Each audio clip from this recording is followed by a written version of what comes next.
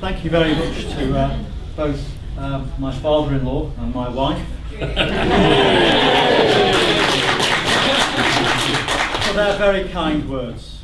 I'm really quite overwhelmed. Thank you very much. Ladies and gentlemen, on behalf of Helen and myself, welcome to you all. I'm very pleased to see you all here. Many of you have travelled for many miles, some from the northwest, some from the northeast, some from Scotland, some from London, to be here today. The day could not ever be special if it wasn't for you people being here today. So thank you very much. And thank you very much also for your generous gifts. Helen and I have been engaged now for 15 months, and we've been planning this for 15 months now. And I have to say, nothing really quite prepared me for today, insofar as I was stood at the altar, the bridal procession music had begun, everyone was in their attire, the opulence of the church, and that intense feeling of certainty that something significant is about to happen.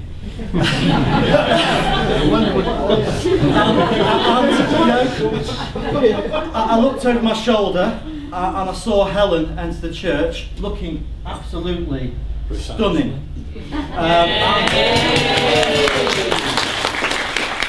I was overwhelmed, and nothing could have prepared me for those feelings today.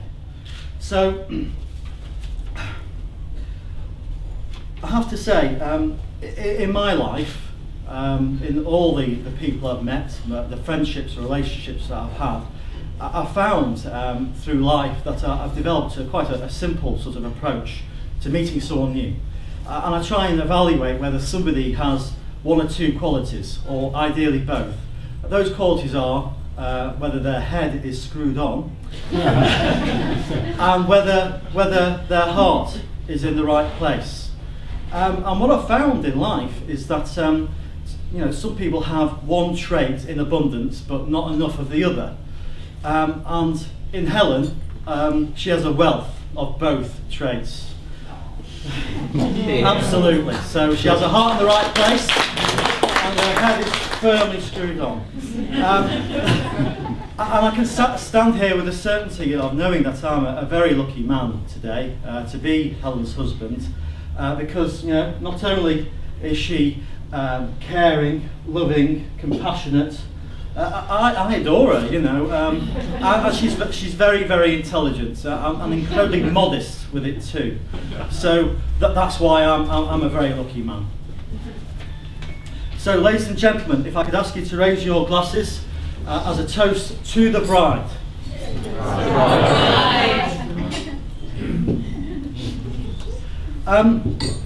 In my life, I've been fortunate enough to have lived in two particularly pleasing parts of Cheshire, Lymm and Wilmslow.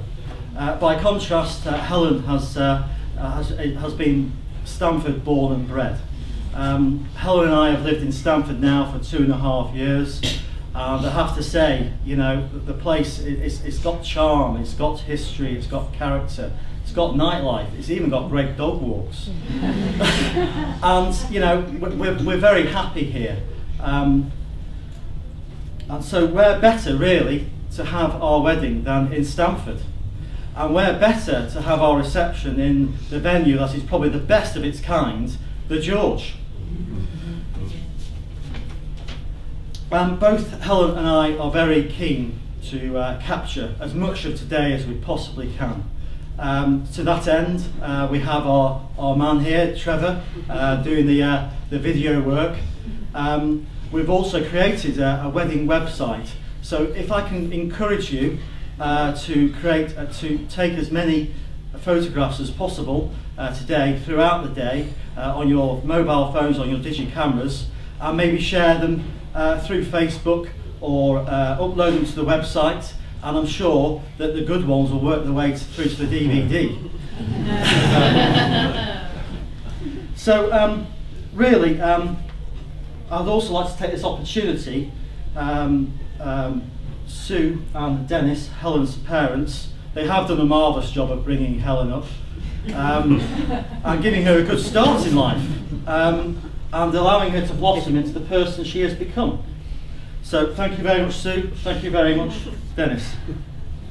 I would also like to take this opportunity to thank Sue and the bridesmaids, that's Lucy, Christina and Ali, for preparing the invites, the place names and the order of services. I'm sure we would all agree in this room that the bridesmaids look fantastic today. Yeah. Absolutely stunning. So can we please raise our glasses to health and happiness of the bridesmaids.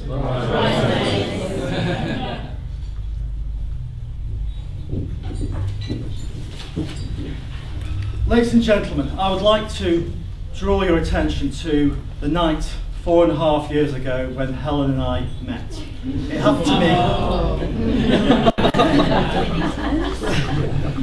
It happened to be my very first night out in Stamford ever. And it was a chance meeting that had I not been here that night, then maybe, well, we wouldn't have met. I was out with my friend Neil, who happens to be the best man today, and I'm grateful for Neil for bringing me to Stamford that night and allowing us to effectively be here today. So thank you very much, Neil. My pleasure. Before I pass you over to the best man, I'd just like to make you aware, Neil, he does live in a parallel universe, you know. He makes up all these fanciful stories. And he actually believes them. So I would thank you all for humouring him during his speech. Ladies and gentlemen, I give you the best man, Neil.